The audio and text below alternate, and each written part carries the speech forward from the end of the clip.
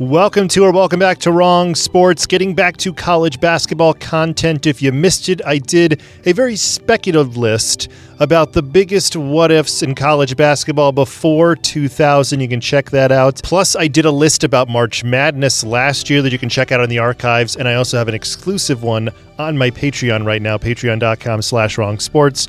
Link is also in the description below.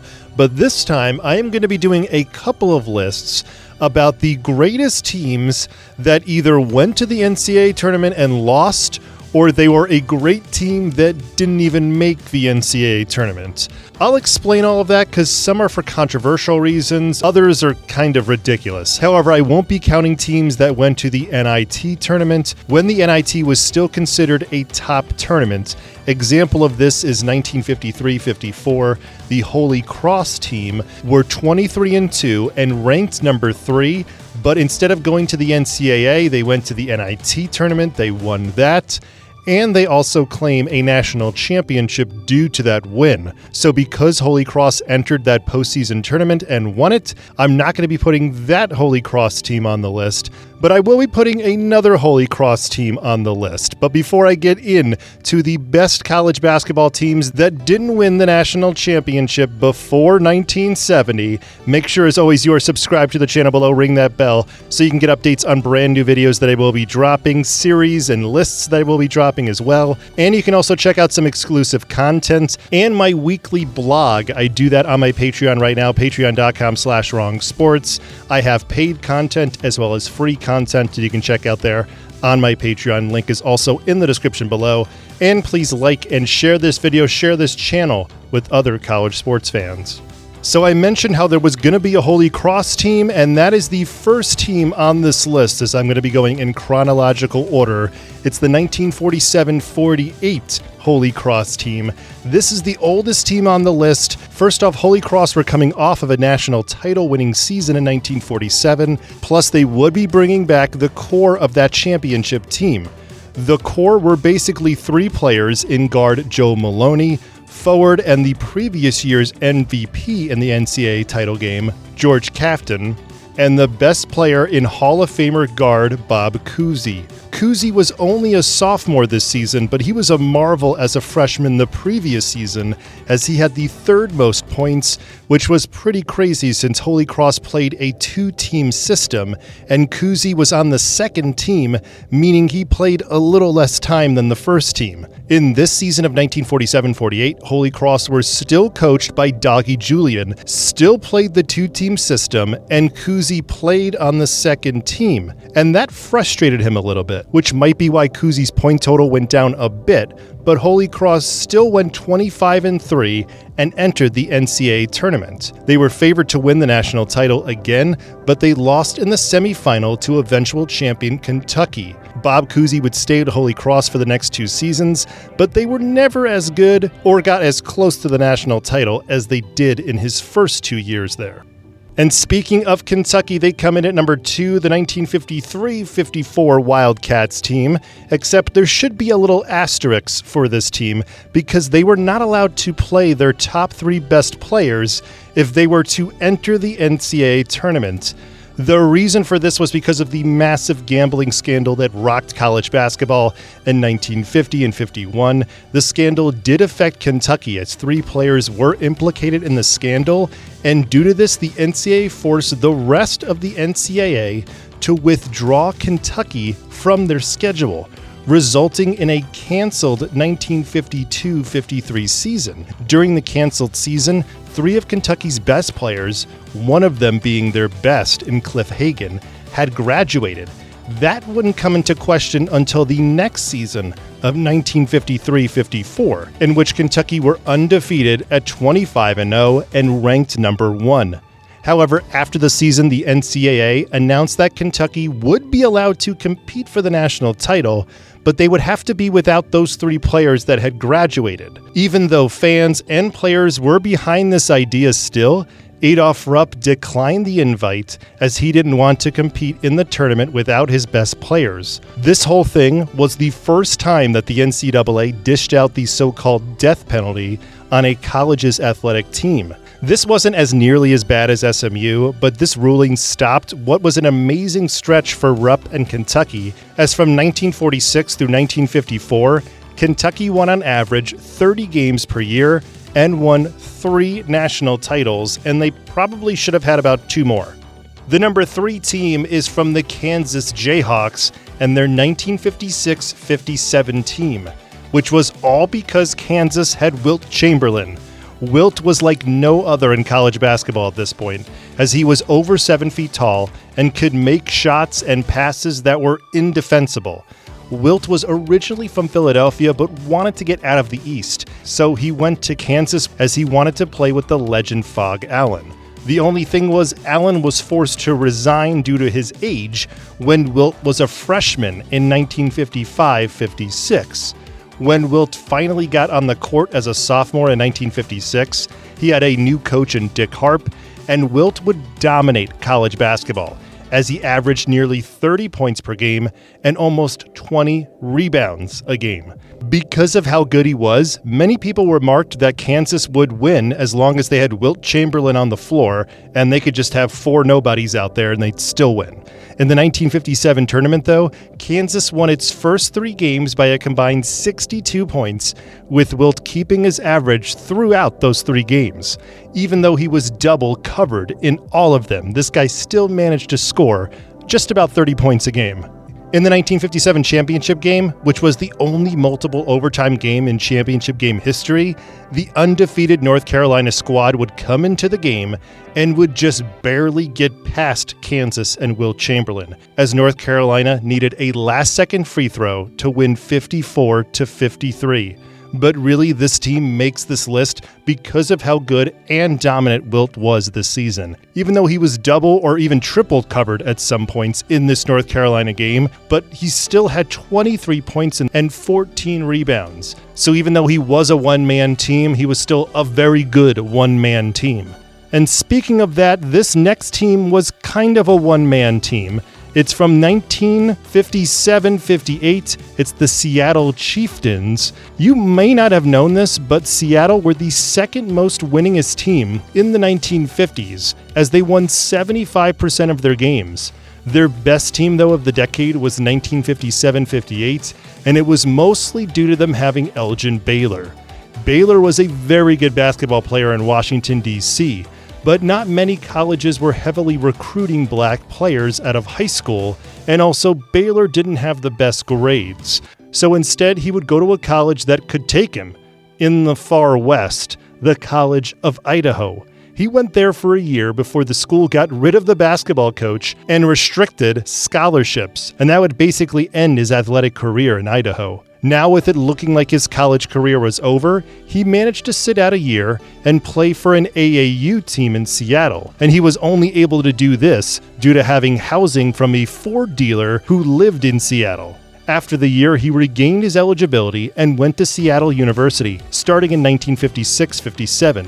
Baylor would average nearly 30 points and 20 rebounds per game, and then averaged over 30 points and 20 rebounds in the next season, and would lead Seattle to a 19-4 season and an invite in the NCAA Tournament. In the 1958 tournament, they would beat the University of San Francisco, who had made it to the last 3 Final Fours and also won 2 national titles.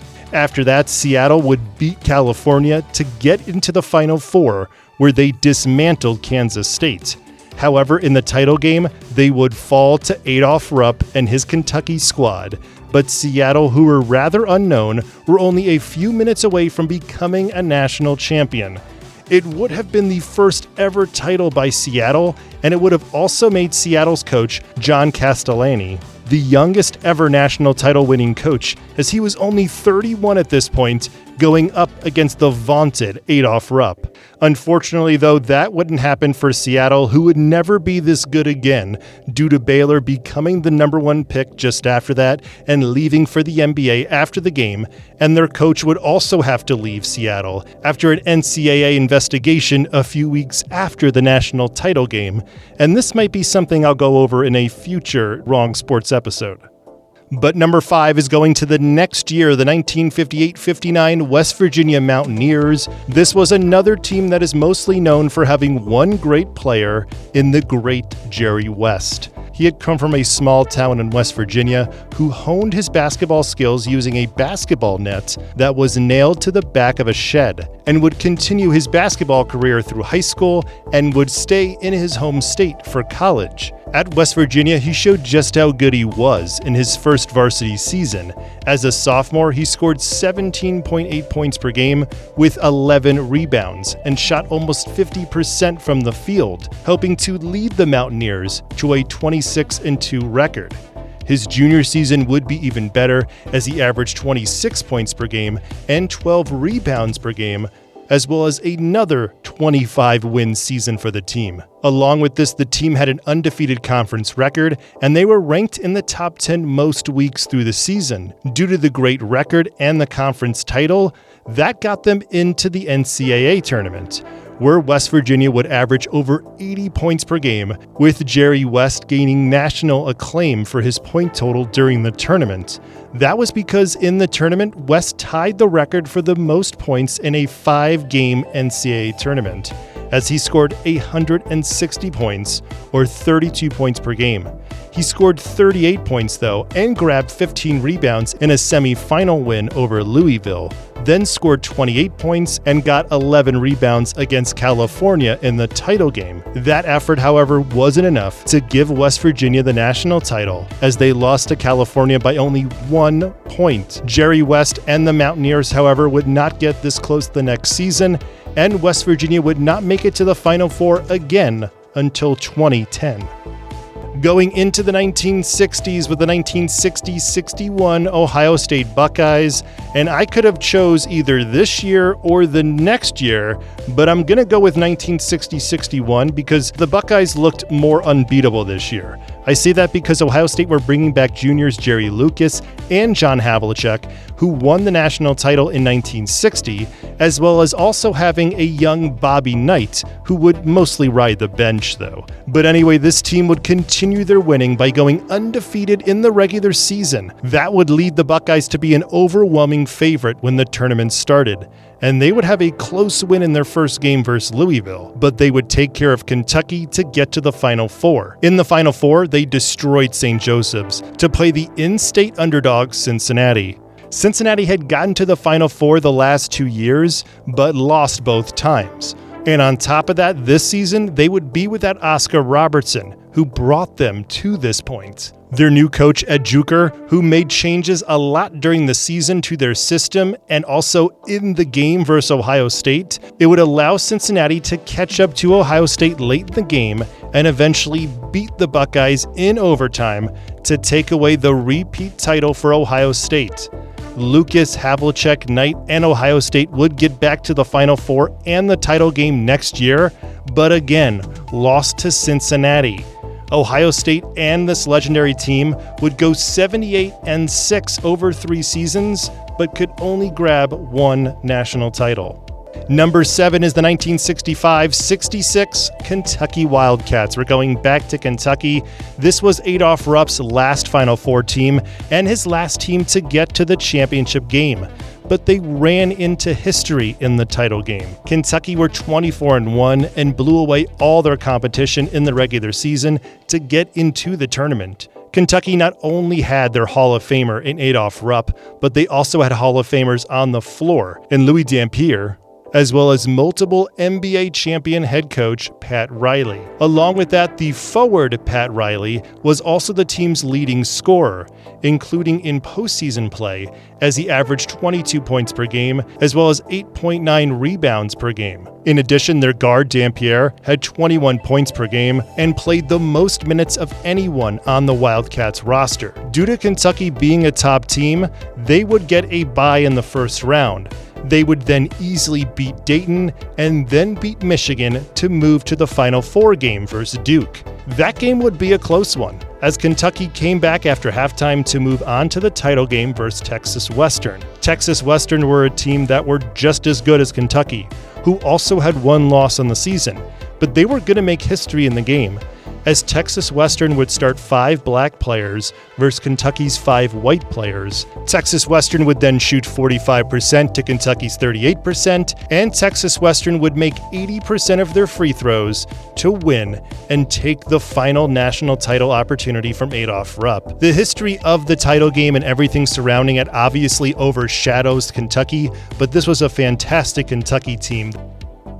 Number 8 is going to the next year in the 1967-68 Houston Cougars. This team was a team that got caught up in the UCLA dynasty. Even though Houston did beat UCLA this year, it was in a regular season game. But first, let me tell you a little bit about Houston. First, they were coached by Houston alum and the legend Guy Lewis, who had been coaching Houston since 1956, and he would push the school to make huge, drastic changes. The change was that Houston and Guy Lewis were one of the first Southern schools to start recruiting black basketball players. This practice would change Houston from a middling team to being a national powerhouse in less than 4 years. Lewis would push for the school to start recruiting black players in early 1960 and would finally manage to recruit 2 great players in Don Chaney and future number 1 pick Elvin Hayes. The addition of these two in 1964 pushed Houston to win 23 games in 1965-66 and then 27 games the next season, as well as going to the Final Four. That would be a precursor to this amazing season, as in 1967-68, Houston would go undefeated, being 28-0 and beating UCLA in the first game of the century. Houston were ranked number 1 for most of the season, and in the NCAA tournament, they would average 90 points per game. But again, they would meet UCLA in the Final Four. The rematch was nothing like their regular season matchup, as UCLA with Lou Alcindor or Kareem Abdul-Jabbar whooped Houston by more than 30 points to take away another national title from Houston and Guy Lewis.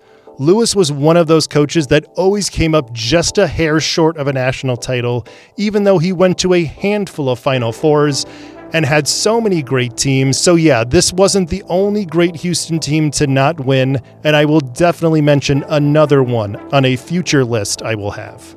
This next team is called the best Philadelphia college team to not make the NCAA tournament. It's the 1968-69 LaSalle Explorers. The reason why they didn't make the NCAA tournament is pretty ridiculous, but let me get into the team. They were coached by LaSalle legend Tom Gola, who led LaSalle to their only national title about 2 decades before this. The team would have 4 players who averaged double figures, as well as 3 players who played in the NBA, and 1 player that went on to coach a few Philly schools, including this one, in their current head coach Fran Dunphy. This season, LaSalle would beat all of the Philly 5 schools and be 23-1 to be ranked 2nd. However, in 1968, the school was slapped with a 2-year NCAA probation from postseason play because of illegal campus jobs that were given to players and threatening to take scholarships away from players. The second part of that would later be part of a legal battle, but the illegal jobs things is really the reason why this team was slapped with that probation, even though none of the players that allegedly took these illegal jobs were playing on the team this year. That didn't matter though, and this fantastic team didn't get a chance to play in the NCAA tournament, where they probably would have been in the same bracket as a great North Carolina team and potentially getting a chance to play the great UCLA dynasty in the Final Four. So I said before I started this list, this would be for teams that played before 1970, but this team is from the 1969-70 team, and they didn't even make the NCAA tournament, but it was a little different than the previous team. This is the 1969-1970 South Carolina Gamecock squad. This team had a much different situation than LaSalle did, because South Carolina fell to the dreaded one-bid rule that the ACC and most other conferences had at this point. The one-bid rule meant that whichever team was the champion of their conference in the regular season, they'd get a definite spot in the NCAA tournament. Well, the ACC didn't have that selection process, as their conference sent the winner of the ACC tournament to March Madness. South Carolina were coming into the tournament with an undefeated ACC record. They also trotted out a team with John Roche, who was scoring 22 points per game, Tom Owens, who was averaging a double-double, and their captain was a future ACC coach in Bobby Cremins. Many thought that South Carolina would sweep through the ACC tournament and be a big favorite to win the national title. Instead, in the ACC title game, they fell 42-39 to NC State and their dreaded passing the ball around and just wasting a bunch of time. This would end South Carolina's season at 24-3, making them one of the best teams to not even have a chance at the NCAA tournament because of this ACC tournament. And also, this was only the fourth time in the first 18 years of the ACC tournament where the regular season champion didn't win the tournament. The ACC would eventually not be hurt by this starting in 1972-73 when the NCAA tournament expanded, and it would allow for more than the ACC tournament winner to get into the big dance. That would have obviously helped South Carolina a few years earlier, but oh well. Anyway, how did you like this list? Tell me in the comments below. Tell me if there's other teams that you think should have won the national title. Great teams. Tell me what you think in the comments below. Also, make sure you are subscribed to the channel. Check out my Patreon, patreon.com/wrongsports, and I will be having another list about the next 2 decades of teams that should have won the national title. So make sure, as always, you ring that bell so you can get updates on brand new videos that I will be dropping in the future. Have a fantastic rest of your day.